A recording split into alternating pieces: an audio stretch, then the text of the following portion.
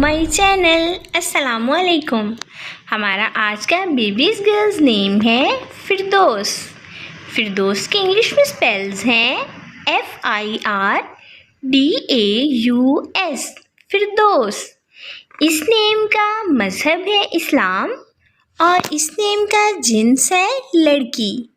ये एक Islamic name है और मुसलमान घरानों में ये लड़कियों का रखा जाता है नाम फिरदौस। इस नेम के मायने की बात करते हैं। मायने है इस नेम का गुलिस्तान, चमन, बाग। फिरदौस।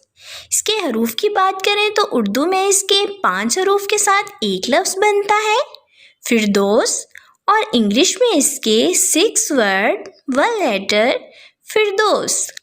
इस नेम की तफसील है फिरदौस खातून, फिरदौस अली। इस तरह से हम ये नाम रख सकते हैं। आप भी अपने नाम का मायने जानने के लिए कमेंट्स में अपना नाम लिखें और मायने जानिए। एंड अपने नाम की स्पेशल वीडियो बनवाने के लिए भी आप मेरे कमेंट बॉक्स में कमेंट कर सकते हैं। And please subscribe my channel, like, comment and share. Okay dears, अपना ख्याल रखिएगा, दुआओं में याद रखिएगा। फिर मिलेंगे न्यू नेम न्यू वीडियो के साथ। अल्लाह हाफिज़।